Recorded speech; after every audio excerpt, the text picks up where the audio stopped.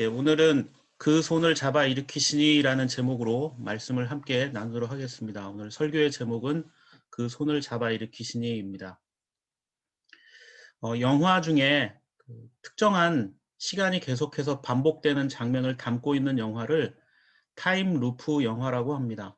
어떤 특정한 시간과 장면이 반복되는 것, 예, 그것은 그때 해결해야 할 아주 중요한 무언가가 해결되지 않고 넘어갔기 때문에 다시 그 시간이 반복되는 거죠. 이 문제를 해결하지 않으면 고통스러운 시간의 반복에서 빠져나오지 못합니다. 이 타임루프 영화에서 주인공이 문제를 해결하는 방식은 언제나 한결같습니다. 바로 이타적으로 자기를 희생할 때 이 문제가 해결되기 시작한다는 겁니다. 물론 다른 영웅적 이야기들도 그렇지만 타임루프는 더 그렇습니다. 알 수 없는 이유로 시간이 반복되면 주인공은 처음에 당황하면서 자기 중심적으로 문제를 해결해 보려고 모든 방법을 동원합니다. 그런데 문제는 더 복잡해지고 어려워질 뿐입니다. 결국 최후의 방법으로 주인공이 시도하는 것은 자기 부인입니다. 남의 입장에서 상황들을 파악해 보면 그때 타인의 고통이 보이기 시작하고 자신이 왜 이런 타임 루프에 빠지게 되었는지를 깨닫게 되면서 문제를 조금씩 해결해 나갑니다. 너 때문에 힘들었다. 이게 아니라 나 때문에 너도 힘들었구나 라는 것을 생각하는 순간, 깨닫게 되는 순간이 바로 해결점, 기적의 출발점이 됩니다. 존 스토트 목사님은 예수님은 최고의 자존감과 최초의 자기 희생을 보여주셨다라고 했습니다. 예수님이야말로 이런 이타적 자기 희생의 본보기입니다. 언제나 자기 중심이 아니라 하나님과 이웃을 중심으로 가르치셨고 또 그렇게 사셨습니다. 그래서 예수님을 만나는 이들은 기적을 경험합니다. 기적이라는 게 실은 별게 아닌 것처럼 보일 수 있습니다. 아팠던 사람이 일상의 삶을 회복하고 절망에 빠진 사람이 평범한 삶을 다시 살아가게 되고 용기를 얻고 또 상처받고 소외된 자들이 다시 사람들에게 주목을 받는 것. 돈이나 권력이 있으면 어느 정도 사람들의 불평과 불만을 채워줄 수 있습니다. 그러나 저는 기적 중에 가장 큰 기적은 마음의 상처가 치유되는 게 아닐까라고 생각합니다. 오늘 말씀은 예수님이 바로 그런 분이다라는 사실을 설명해 주고 있습니다. 마가복음 1장 29절부터 31절 말씀을 보면 내용은 그렇게 어렵지 않습니다. 지난주일 살펴본 21절에서 28절 말씀처럼 회당에서 귀신 들린 사람과 논쟁하고 나오신 예수님은 제자들이 예수님과 제자들이 29절 말씀에 나오는 것처럼 회당에서 시몬과 안드레의 집으로 갔다 이렇게 되어 있습니다. 지난주 사진 보여드리면서 가버나움의 어떤 회당 위치와 베드로의 집으로 추정되는 곳에 지금 기념교회가 세워져 있는데 이 두 위치가 굉장히 가깝다라고 말씀을 드렸습니다. 그러니까 회당에서 귀신 들린 사람을 안식일에 치유하시고 예수님은 제자들과 함께 빠져나와서 이제 베드로의 집으로 가신 겁니다. 그 거리가 얼마 되지 않습니다. 그리고 이 갈릴리 호수를 접하기 있기 때문에 예수님의 제자들, 최초의 제자들 네 사람은 모두가 다 어부 출신들이었습니다. 이때만 해도 예수님의 제자 29절 말씀 보면 야고보, 요한, 시몬, 안드레 이렇게 네 사람입니다. 12명 중에 이제 최초의 네 사람인데요. 그런데 이 네 사람 중에 야고보와 요한 형제가 있는데 이 야고보와 요한 형제는 예수님과 처음 만난 사람들이 아니라 이미 오래전부터 알고 지내던 친척지간입니다. 그것도 아주 가까운 친척지간입니다. 이 사람들이 어떻게 친척인지를 성경 말씀을 통해서 보면 금방 유추해낼 수 있습니다. 우선 그 마태복음과 마가복음 이 성경 구절들을 보시면 야고보와 요한의 아버지는 세베데라는 사람인 것을 알 수 있습니다. 기록이 일관되게 등장하기 때문에 이견이 없습니다. 자, 성경은 밀접한 관계에 있는 사람을 함께 묶어서 기록하고 서열을 중요하게 여기기 때문에 먼저 등장하는 사람이 연장자이거나 영향력이 더 큰 사람일 가능성이 높습니다. 이 순서는 잘 바뀌지 않습니다.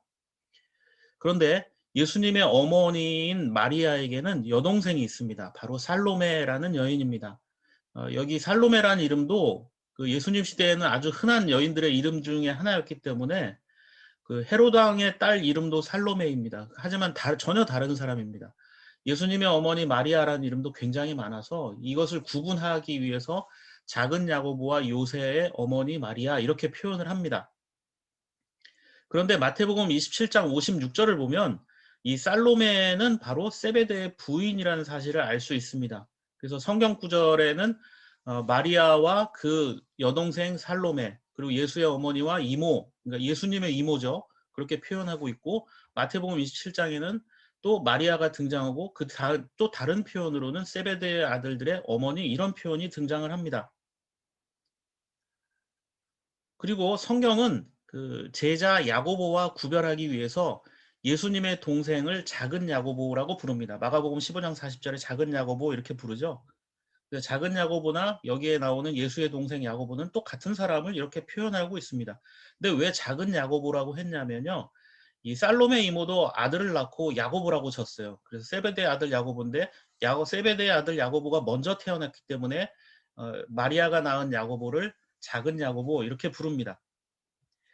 그리고 그 마가복음 15장 40절에는 요새라는 사람이 등장하고 야곱 옆에는 또 마태복음에는 요셉 이렇게 되어 있습니다. 그래서 야 이거 오타가 아니냐, 요셉이냐 요새냐, 이거 다른 사람을 이렇게 표현한 거 아니냐라고 오해할 수 있는데요.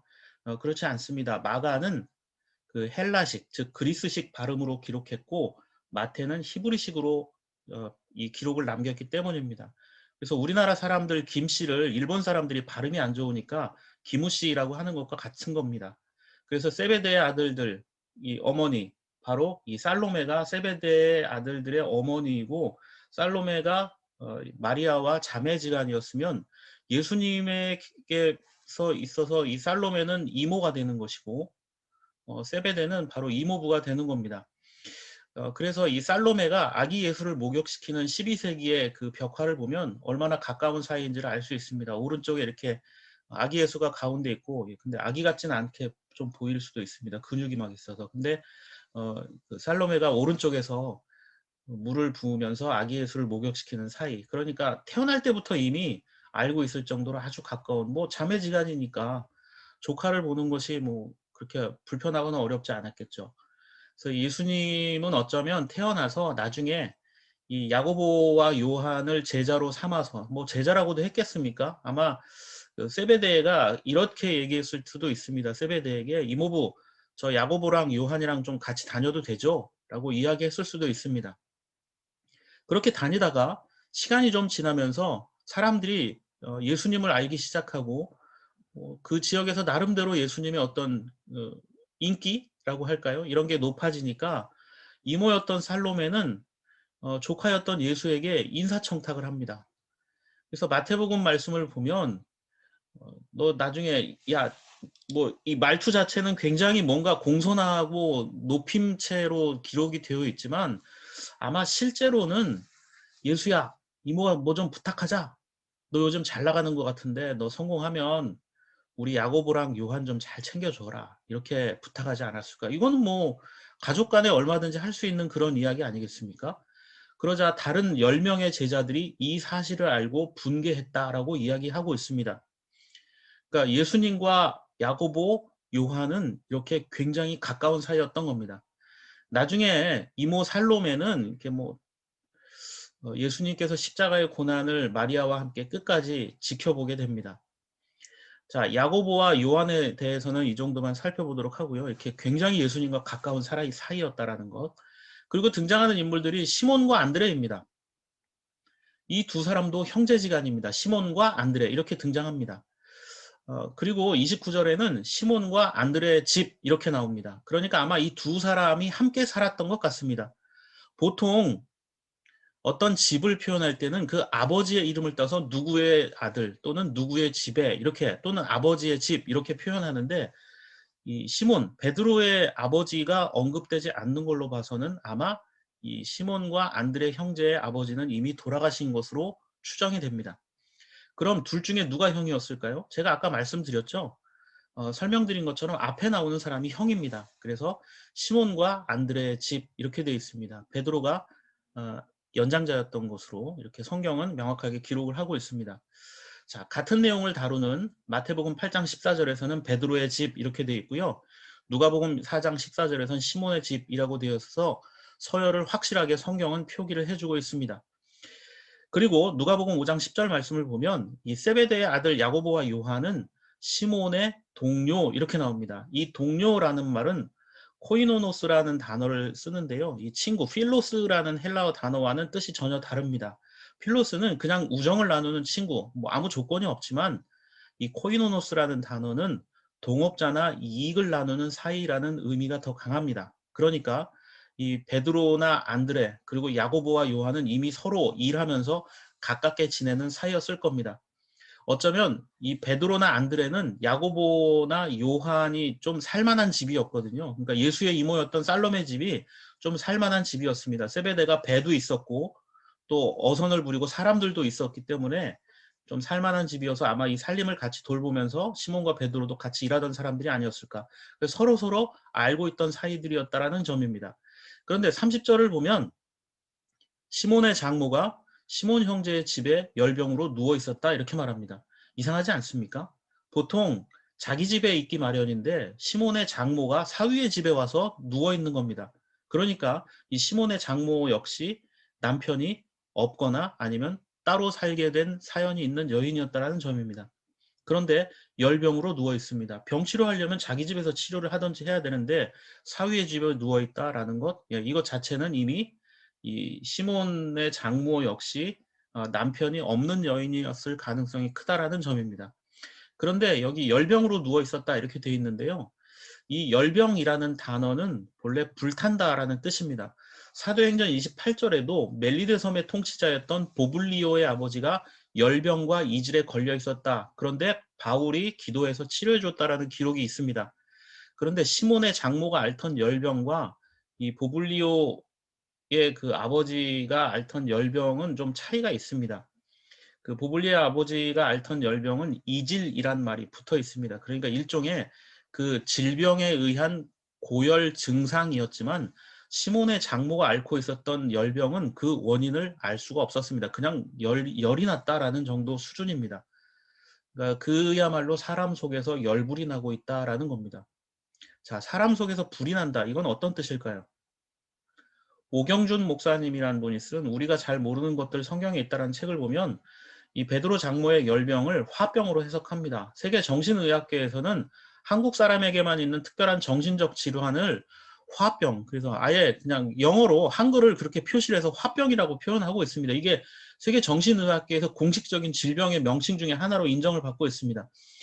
그런데 불안, 스트레스 때문에 발생하는 이런 화병은 한국 사람들에게만 있는 게 아니죠. 이 책에서는 시몬의 장모가, 즉 베드로의 장모가 쓰러진 이유는 바로 사위인 이 베드로의 그 행동 때문이라는 겁니다. 장모 입장에서 한번 생각해 보십시오. 자기도 남편이 없어서 지금 사위 집에 얹혀 살고 있는데 얼마나 눈치가 보이겠습니까? 또 시몬의 형제가 열심히 생계수단으로 안드레와 야고보 집안의 자신들을 함께 의지해서 고기 잡는 일을 하고 있는데 그 일을 때려치우고 예수를 따라다니겠다 이렇게 말하니까 딸과 함께 얹혀 살고 있는 장모의 입장에서는 불안할 수밖에 없습니다. 야고보와 요한은 그래도 세베데라는 아버지도 있고 배와 일꾼도 있는 어느 정도 생활이 안정된 사람처럼 보이는데 시몬은 좀 다릅니다. 시몬은 한 가정의 가장이었고 그들의 생계를 책임져야 하는 위치에 있습니다. 시몬만 갔으면 그만인데 그 동생까지 함께 예수를 따라 나가겠다 하니까 과부가 된 것도 서러울 판에 지금 생계까지 막막해지니까 나와 내 딸은 이제 어떻게 될 것인가. 아마 이런 고민 때문에 몇 날을 앓다가 이런 열병에 걸린 것이 아닌가라고 생각해 볼 수 있습니다. 저는 어느 정도 가능한 상상이라고 생각합니다. 그런데 이 열병은 오랫동안 알아온 질병이 아니었다는 게 단번에 증명이 됩니다. 성경 말씀을 보면 마가복음 1장 31절에 예수님께서 그 시몬의 집에 가서 이 시몬의 장모에게 다가가셔서 그 손을 잡아 일으키시니 열병이 떠나고 그 여자는 그들의 시중을 들었다 이렇게 되어 있습니다. 놀랍지 않습니까? 이렇게 아파가지고 쓰러져 있던 사람이 예수님 손잡아줬다고 갑자기 뻘떡 일어나서 시중을 든다. 여기서 시중을 든다라는 말은요, 섬기고 봉사하고 돕고 돌본다라는 뜻입니다. 그러니까 뭐 아이고 감사합니다 이렇게 말로 끝낸 게 아니라 일어나자마자 뭔가 행동을 했다는 겁니다. 그러니까 이 시몬의 장모의 열병은 일종의 속병이 아니라 마음의 문제였다라는 겁니다. 31절은 예수님께서 손을 잡아줬다 이렇게 돼 있죠. 그러니까 마음이 상했거나 오해를 하고 있었던 시몬의 장모에게 주님이 찾아가서 이런저런 설명하면서 마음을 풀어주지 않았을까. 그러니까 단순히 말씀만 전하신 것이 아니라 상처받은 사람을 찾아가서 손잡아주고 공감하고 이해하니까 이 시몬의 장모도 그 마음을 누그러뜨린 것이 아닐까라고 추정해 볼 수 있습니다. 32절부터는 시몬의 장모가 회복된 모습을 보고 사람들이 몰려들기 시작합니다. 뭐 병자와 귀신 들린 사람들이 찾아오는 것. 아마 예수님은 똑같이 하지 않았을까요? 38절에서 예수님은 이런 사람들을 고치고 난 다음에 가까운 여러 고을로 가자. 거기서도 내가 이 말씀을 선포하겠다. 나는 이 일을 하러 왔다라고 말씀하고 있습니다. 주님은 말만 하시는 분이 아니었다라는 겁니다. 손도 잡아주시고 함께 공감하고 때로는 화도 같이 내셨습니다. 예수 그리스도께서 완전한 사람이 아니었다면 이런 인간의 연약함을 함께 나눌 수 없었을 것입니다. 우리는 이 세상에서 만족을 얻을 수가 없습니다.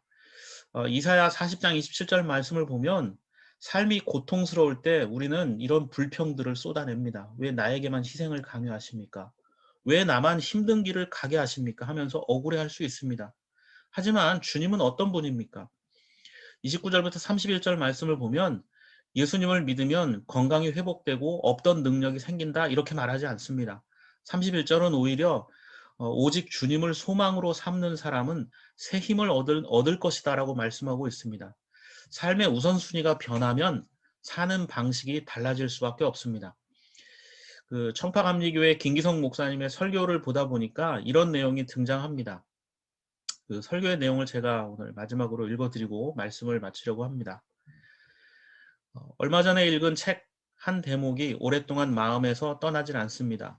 소백산에서 산 위의 마을이라는 공동체를 이끌고 계신 박기호 신부님이 쓰신 산 위의 신부님입니다. 어느 날 그 마을에 송아지가 태어났습니다. 마을 가족들은 그 경사스러운 순간을 함께 지켜봤습니다. 이미 소는 태반에 남은 양수를 다 마시더니 하얀 막에 덮여있는 송아지를 혀로 핥기 시작했습니다. 먼저 코를 핥아 숨을 틔워주고 눈을 핥아 눈을 뜨게 했습니다. 불과 10분도 지나지 않아 양수에 젖어 물에 빠진 것 같던 송아지는 뽀송뽀송한 털을 입은 누런 송아지로 거듭났습니다. 어미는 앉아있는 새끼를 입으로 이리저리 굴리면서 무릎을 집중적으로 핥아주었습니다. 새끼가 일어나도록 무릎에 힘을 넣어주고 있었던 것입니다. 20분 정도 지나자 송아지는 비틀거리면서 일어서려고 시도했습니다. 어미는 계속해서 무릎을 핥아주었습니다.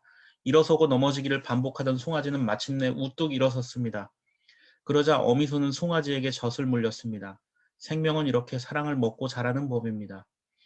그 이야기를 읽고 있는데 문득 누군가 제 무릎을 핥고 있는 것 같은 느낌이 들었습니다. 하나님의 사랑이 우리를 살게 합니다.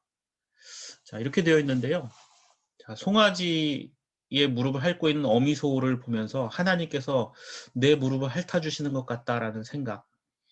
자, 하나님의 사랑으로 회복되지 못할 연약함은 없다고 생각합니다. 세상에서 아무리 좋은 것들을 취한다 해도 하나님의 위로만큼 큰 것, 또 완전하고 영원한 사랑과 위로는 없을 것이라고 생각합니다. 내 무릎을 핥아주시는 하나님 때문에 우리는 언제나 새 힘을 얻을 수 있는 것입니다. 이런 사랑을 깨닫고 고백하는 믿음의 사람들은 어떻게 살아야 할까요?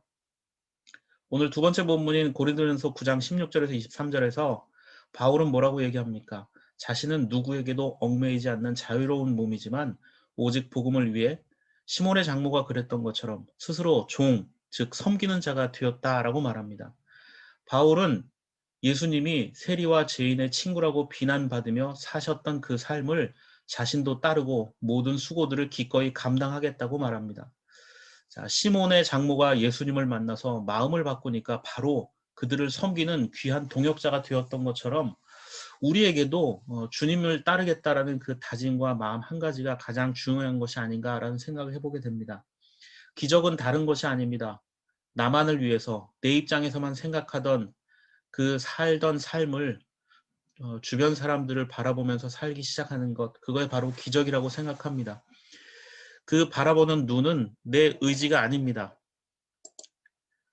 오직 하나님의 은혜임을 고백하는 자들이 바로 주님의 자녀가 될 수 있고 기적의 삶을 살아갈 수 있다는 사실을 깨닫고 그러한 삶을 살아가는 저와 여러분의 삶의 모습이 되기를 바랍니다. 기도하겠습니다.